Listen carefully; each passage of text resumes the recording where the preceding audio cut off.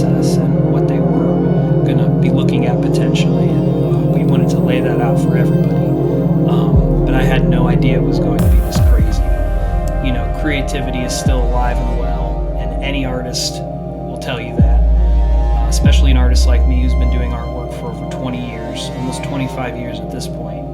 And you have to at some point prove yourself and show that this is what the fuck we're doing. It took 2 fucking years, and on 8 to 11 hours a day sometimes, every single day for 2 years. It was an immense undertaking, totally inspired by my own dreams, the things I love, and the things I've always wanted to see in movies. And a movie with a totally unconventional way of storytelling, which is the kind of films I like. It's the kind of films I want to watch.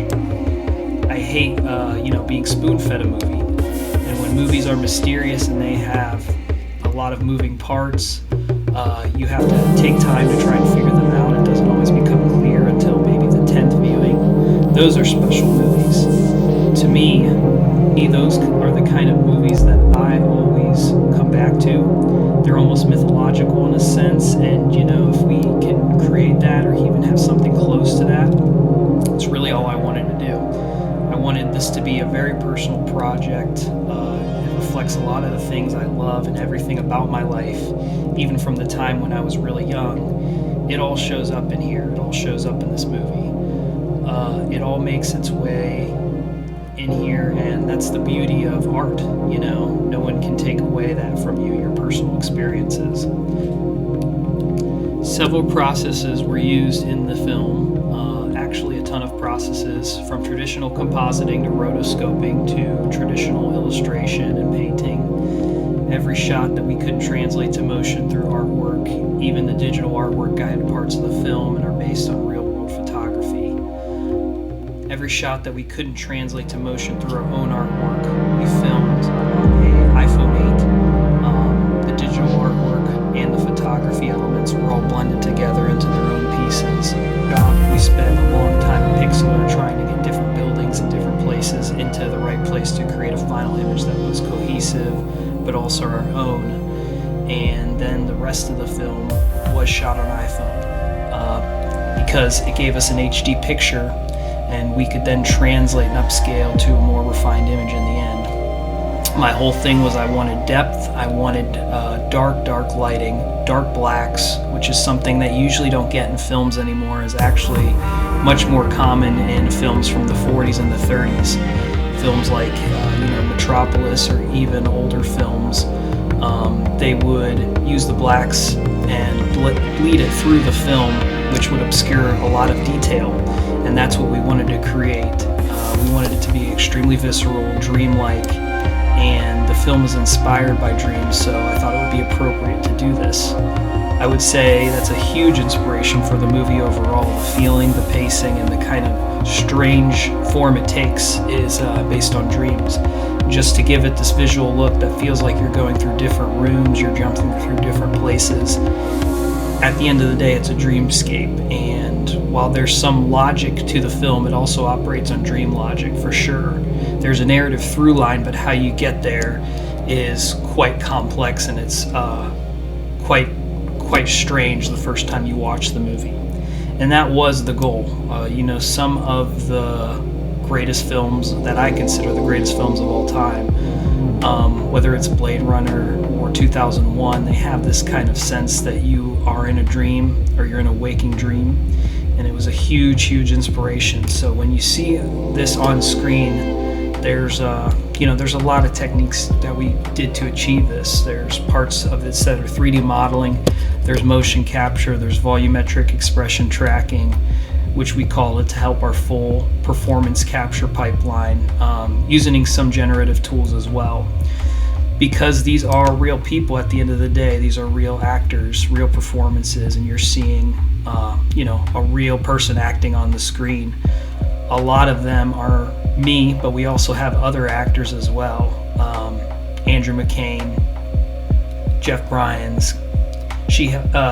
My wife helped with several other shots in the film, second unit directing, sometimes spinning the camera around me to get certain shots, but all of it was filmed at the end of the day.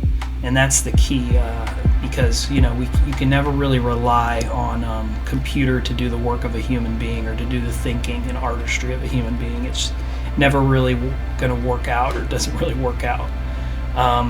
But it does provide a set of tools that you can successfully integrate, and you can use it to create things that you've never been able to see before.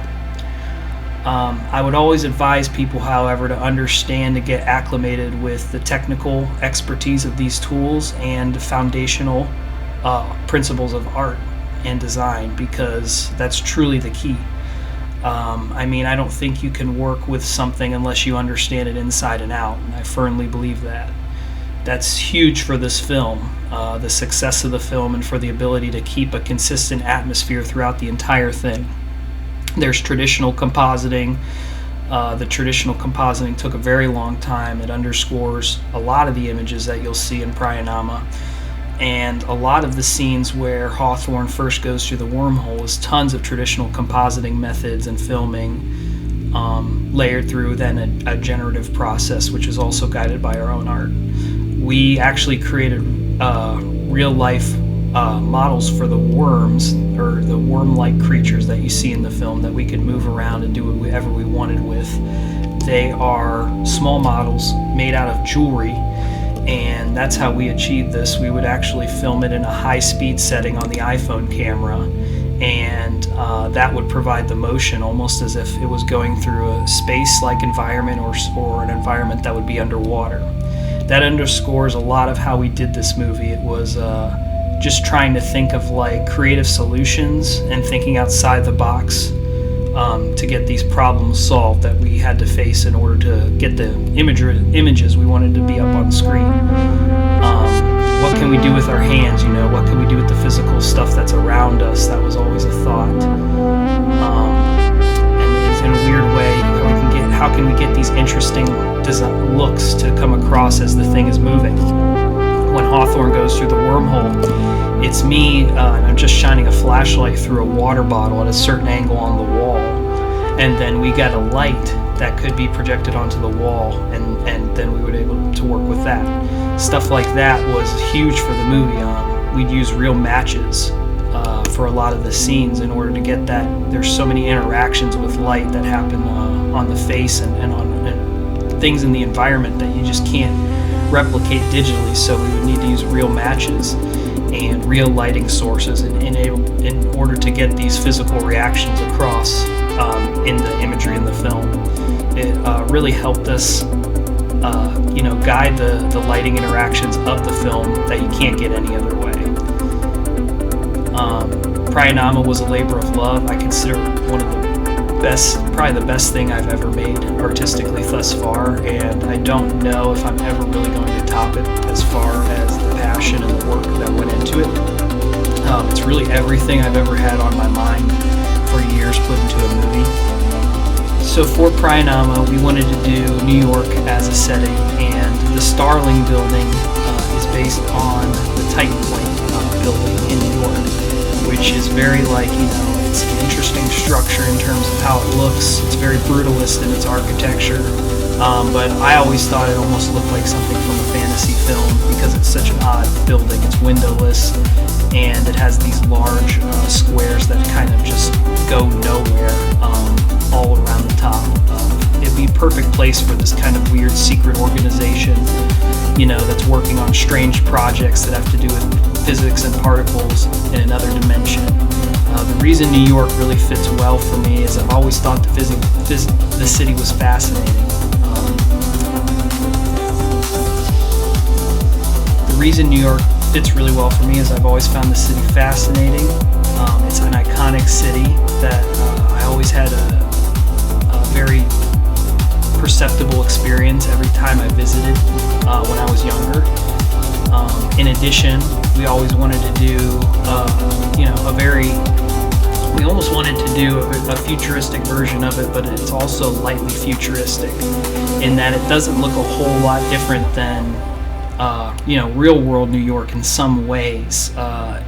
It's more an atmospheric version of New York. I was a kid in 2001, so a lot of really big memories for me happened around that year. And I kind of wanted it to be a futuristic New York City, but also have aesthetic choices that resonated with the year 2001. So that's why you'll see things that they don't really look super futuristic, but you're almost nostalgic for how they look. And we wanted to try to blend those two time periods of a future New York and one from the past. So it's kind of like stepping into the past, but also stepping in the future as well. It has something that's surreal about it. The lighting in the city is surreal, and we do this strange lighting technique where, depending on the mood of characters and depending on how they're feeling, it'll kind of change the lighting of the city as well, almost like an interior dialogue of how the setting works. It's more of like an inward feeling that, depending on where we are at in the film, we use lighting to kind of guide the consciousness of the moment. And the city itself is an alternate universe, so it's an alternate 2001 of Manhattan, let's say. And it just visually is kind of striking because it hits the right marks in terms of what I wanted to present for a setting as far as the film goes. There's various sketches, concept art, a lot of digital painting, a lot of digital Photoshop that went into the settings just to exist and have a visual, the ones you see in the film. They weren't just conjured up from nothing. It took, a lot of work, a lot of human design to make these images happen. It was hours and trying to either draw, sketch, or map out what these scenes would look like and what the visual references would have to be, and then trying to, cobble those together in Photoshop to make a convincing image. And that helped us realize the overall look of the city, what we wanted.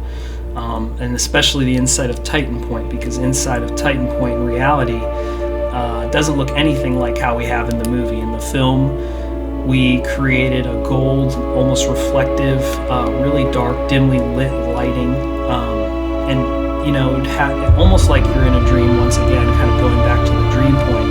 You're entering into a building and it's confounding, but it's also very emotional in terms of how it's lit, and it's meant to pull that emotion kind of out of you. As they go inside the wormhole and you get into those worlds, it's inspired by space, it's inspired by sea exploration, it's inspired by dreams again, and wanting to get a kind of backdrop for everything that's, a black backdrop. That was always crucial and kind of sticking out in my mind, almost to give it a very open space where you don't know where it begins or ends. And the kind of nature of the world does change a little bit. The second time Hawthorne tries to go in to the wormhole and Lang is denied entrance, there is a different style. It gets to more like a blue hue instead of a black hue. And that was very intentional. I was trying to design this otherworldly setting, but always have a reason behind it. And, it gives it a kind of godlike almost feeling, something that's higher than us, something that's just beyond us. And to that point, there's a lot of Hindu influence in the film, as well as Christianity and other world religions. I used to study those a lot, and I was always very enamored by different religions from around the world, different belief systems, and what they signal as to maybe, a coming rebirth or a cycle of rebirth. And that really takes place in the plot of the movie as Hawthorne, transforms into this being at the end, where we don't know whether he's he's obviously a destroyer of some kind, but we don't know whether he's a creator or what his true intentions are. Cycle of rebirth comes with that, a cycle of destruction. And that was key in trying to display that in the movie. And as far as the iconography, the symbolic nature of the movie, I think we got that across. My production company, Ocean String, initially we spent almost a little over a year of R&D work just to figure out, how the hell we were going to make this thing. It's a lot of unconventional methods, a lot of figuring things out as we went. Because if things didn't look perfect, we wanted to get them exactly how we wanted. We were reaching for the exact atmosphere, the exact design parameters for the film that we laid out. And if it didn't work, then we'd have to scrap it. There was kind of a zero compromise situation in my head for the look of the film. And it was definitely a go big or go home situation. If it wasn't looking like the kind of movie I wanted to make, we couldn't use it, period. With the R&D is a lot of trial and error. It was trying things out, looking at hundreds and hundreds of tools. And we eventually decided on our own unique pipeline approach, which I've called the Vismod Method, because basically we're cobbling together 3D modeling software, cobbling together generative tools to do a lot of rotoscoping and guide a lot of our original artwork, along with a plethora of video, all shot on iPhone. Every single shot you see came initially from an iPhone, and then different techniques, depending on which shot it was, were applied after that. We guide most of these with concept art and motion tracking, traditional compositing. There's tons of traditional compositing in the film, which you'll see in this little behind-the-scenes look. And all the elements come together. We combine them all to create a finished image and get to final pixel. It's just a ton of stuff built into the system that we had to design the processes for ourselves. It didn't exist yet, so these processes had to work for us, and the reference footage, that all had to work in tandem with one another. A lot of the drone footage was used as reference too. We have a lot of drone footage that we gathered to use for reference shots. It was very easy to shoot in Maslin and to get motion because you had reference footage of all the buildings and everything's very close by right there. So in 2023, also I took a trip to Chicago, and a lot of those shots from the Chicago trip and things I filmed during that became reference for the film as well. There was filming and photography done in different buildings, and a lot of that was used as reference also for interiors. So we could get many different perspectives and kind of have a full city mapped out at the end of the day, even though it would end up being, Manhattan in the end, or this fantasy version of Manhattan. All these things helped us. Taking into account all these detailed processes, they allowed us to make the whole thing easier. So to have total creative control over every single aspect and all the details you see in the film was essential, or else we couldn't really make it. Without a gigantic Hollywood budget, it allowed us to create things that we haven't, been able to create before. And being able to translate human-made art into this process was immense. It was an immense challenge. We're making it come to life through our own art. We're in control of every process the entire time, from the motion tracking to final image, and then how we get there in between. It's all human driven. The film itself is an enormous challenge. It's over 3,000 shots, and every single one of them ends up being a visual effects shot. Whether it's through the compositing, through mapping out motion for illustrative elements, or a myriad of different other things. We take the digital image and put it through motion a lot of times that we create in Photoshop or Pixlr, and then we take one of our Mixamo 3D models and make those run through their animation cycle, and then we can, through compositing, put all that stuff anywhere we want. The animation runs sometimes in tandem with film footage, and having all those elements and those animations kind of put together into live action, being able to track it, and whatnot, we can eventually put it into our workflow. Whatever the case may be, every single shot became a VFX shot, and it was a pretty insane undertaking. It was huge days, spent on this project. So to get this stuff right, and I'm really pleased that it made it into the film and gave us this final look for the film.